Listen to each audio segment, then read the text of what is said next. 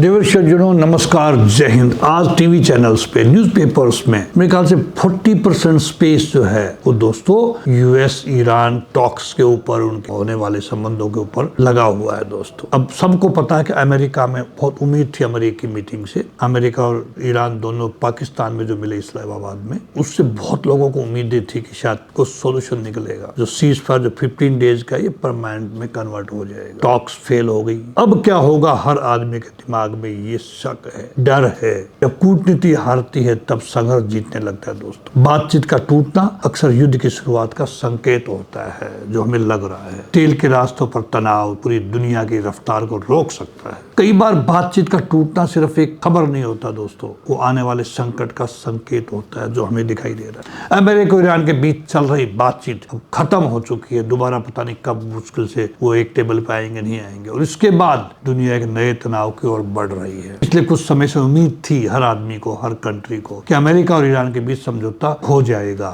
लेकिन वो नहीं हुआ। हकीकत कुछ और ही थी दोस्तों। दोनों देशों के बीच मतभेद इतने गहरे थे कि बातचीत का टूटना लगभग तय माना जा रहा था। न्यूक्लियर प्रोग्राम, प्रतिबंध और क्षेत्रीय राजनीति, ये तीन मुद्दे में इन सब ने इस रिश्ते को और जटिल बना दिया। अब सवाल ये है, आगे क्या होगा। विशेषज्ञ मानते हैं कि अमेरिका ईरान के खिलाफ सख्त कदम उठा सकता है एक बार तो, जिसे सबसे बड़ा कदम हो सकता है नौसैनिक नाकेबंदी, स्टेट ऑफ हॉर्मुज की जो उससे शुरुआत कर दी है। यानी जो वहां पे माइंस लगी हुई है अंडर वाटर, उनको वो डिटेक्ट एंड डिस्ट्रॉय के उसमें अभी लगा हुआ है अमेरिका। यानी समुद्र के रास्तों को रोक देना। अगर ऐसा हुआ तो इसका असर सिर्फ ईरान तक सीमित नहीं रहेगा दोस्तों। दुनिया का सबसे अहम तेल मार्ग है ये, हॉर्मुज जल जमरू मध्य से हम बोलते हैं। यही वह जगह है जहाँ से दुनिया का बड़ा हिस्सा तेल का गुजरता है। यहाँ से अगर यहाँ तनाव बढ़ता है या रास्ता बंद होता है, तेल की कीमतें आसमान छू सकती हैं और इसका असर हर देश की अर्थव्यवस्था पर पड़ेगा। इससे पूरे घटनाक्रम में इजराइल की भूमिका भी अहम है दोस्तों, हमें ध्यान देना होगा उसके ऊपर। अमेरिका के सख्त कदम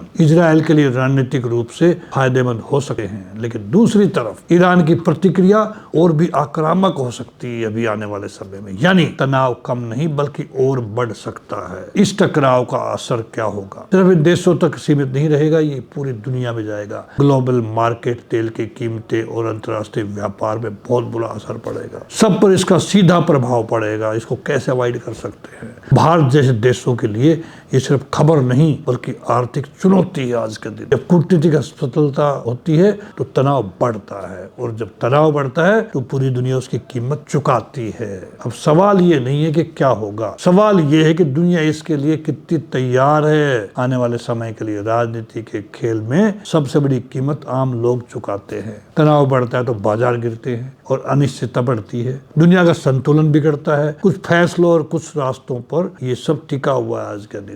दोस्तों इस विषय के ऊपर ऐसे भी आप अपडेट जो भी होंगे मैं लेके आता रहूंगा। मुझे उम्मीद है कि आपको मेरी वीडियो पसंद आएगी। अगर पसंद आती है इसको आप शेयर करना, लाइक करना और मेरे यूट्यूब चैनल को, सोल्जर वॉइस चैनल को सब्सक्राइब करना। इसी के साथ नमस्कार, जय हिंद।